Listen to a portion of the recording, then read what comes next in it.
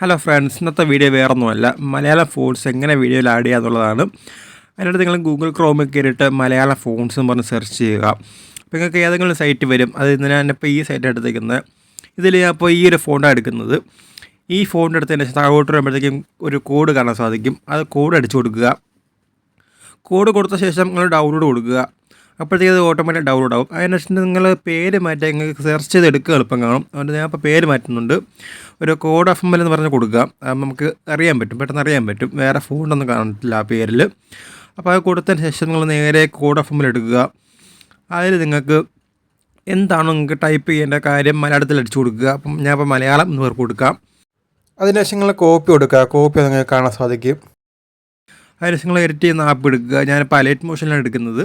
നിങ്ങൾക്ക് ഇഷ്ടമുള്ള ആപ്പ് എടുക്കാം, നിങ്ങൾ ഉപയോഗിക്കുന്ന ആപ്പ് എടുക്കാം. അതിൽ നമ്മൾ ക്രിയേറ്റ് പ്രൊജക്റ്റ് കൊടുക്കുക. കൊടുത്ത ശേഷം നമ്മൾ നേരെ ഫ്ലെക്സ് കൊടുത്ത് ടെക്സ്റ്റ് ആഡ് ചെയ്യുക. അവിടെ നമ്മൾ ഈ കോപ്പി ചെയ്തത് പേസ്റ്റ് ചെയ്യുക. പേസ്റ്റ് ചെയ്തതിന് ശേഷം കളറൊക്കെ സെലക്ട് ആക്കിയതിന് ശേഷം ഫോൺ സെലക്ട് ചെയ്യുക. അതുകൊണ്ട് വ്യൂ ആൾ ഫോണ്ട് കൊടുക്കുക. അതിനുശേഷം നിങ്ങൾക്ക് 3 ഡോട്ട് നിൽക്കുക. നിൽക്കിയതിന് ശേഷം ഇമ്പോർട്ട് ഫോൺസ് കൊടുക്കുക. അതിനുശേഷം നമ്മൾ നേരത്തെ കൊടുത്ത പേര് ഇവിടെ സെർച്ച് ചെയ്യുക. അപ്പോൾ നമുക്ക് ഫോണ്ട് പെട്ടെന്ന് കിട്ടും, ആ ഒരു ഫയൽ പെട്ടെന്ന് കിട്ടും. ഇതവിടെ വന്നിട്ടുണ്ട്. അപ്പോൾ അത് ക്ലിക്ക് ചെയ്തതിന് ഇത് ആഡ് ആയിക്കോളും. അതിന് നിങ്ങൾ താഴോട്ട് വരുമ്പോഴത്തേക്ക് ലാസ്റ്റായിട്ട് നിങ്ങൾ ലാസ്റ്റ് ആഡ് ചെയ്ത ഫോണ്ട് കാണും. ഇതാ കിടക്കുന്നു. അത് ക്ലിക്ക് ചെയ്യുക. അത്രേ ഉള്ളൂ, ഫോണ്ട് ക്രിയേറ്റ് ആയി.